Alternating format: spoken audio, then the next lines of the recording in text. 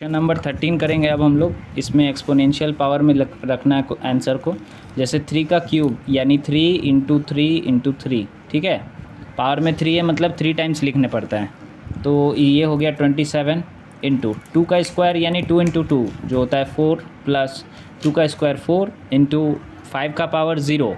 किसी भी नंबर के पावर में 0 रहता है तो वो 1 बन जाता है। अब ये मल्टीप्लाई होगा 27 4 जा 108 प्लस 4, ये 4 इंटू 1 4 हो जाएगा। अब ये दोनों ऐड हो जाएगा तो होगा 112। तो अब हम लोग 112 का एलसीएम लेंगे। 2 टाइम्स में 56, 14, 2 पे 7, यानी देखो 2 कितना टाइम्स है 1 2 3 4 4 टाइम्स है तो 2 का पावर 4 इंटू 7 एक ही बार है तो 7 लिख सकते हैं या 1 पावर में लिख सकते हैं, दोनों सेम ही चीज़ हुआ। तो ये हम लोग का 30 नंबर का आंसर हो गया।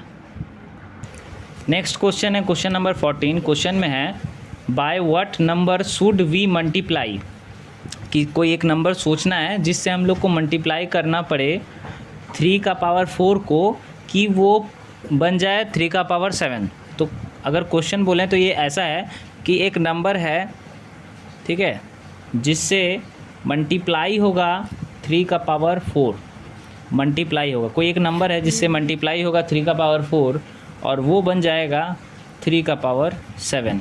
ये है क्वेश्चन, ठीक है। हम लोग सोच लेते हैं let the number be x।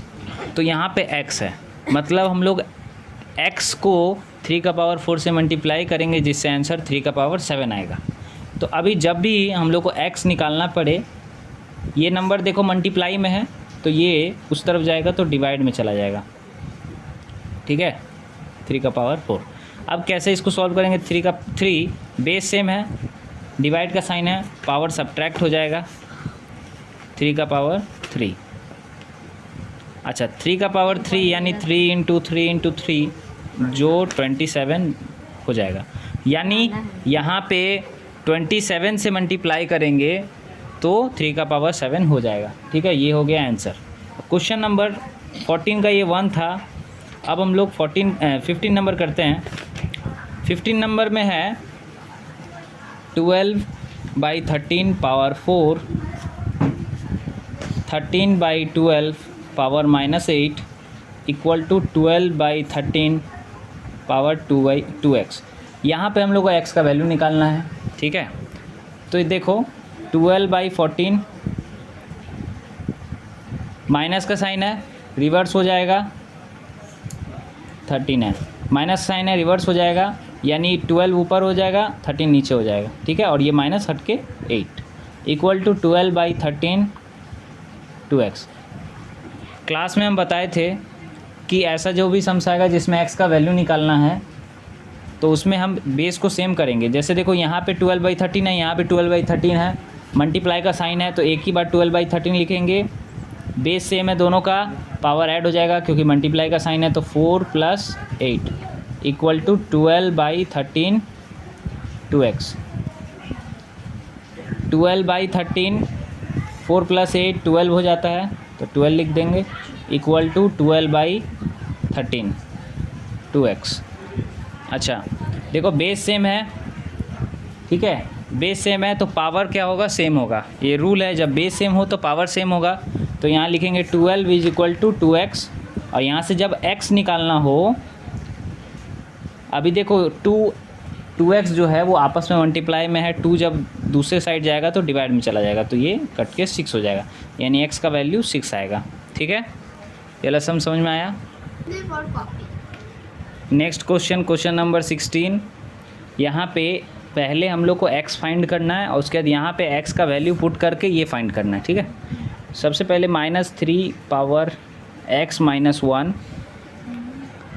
Equal to, हम लोग को पता है कि जब भी x निकालना होगा तो जैसे यहाँ नंबर 3 है तो यहाँ भी 3 रखना है। जैसे देखो 243 जो होता है वो 3 का पावर 5 होता है, ठीक है।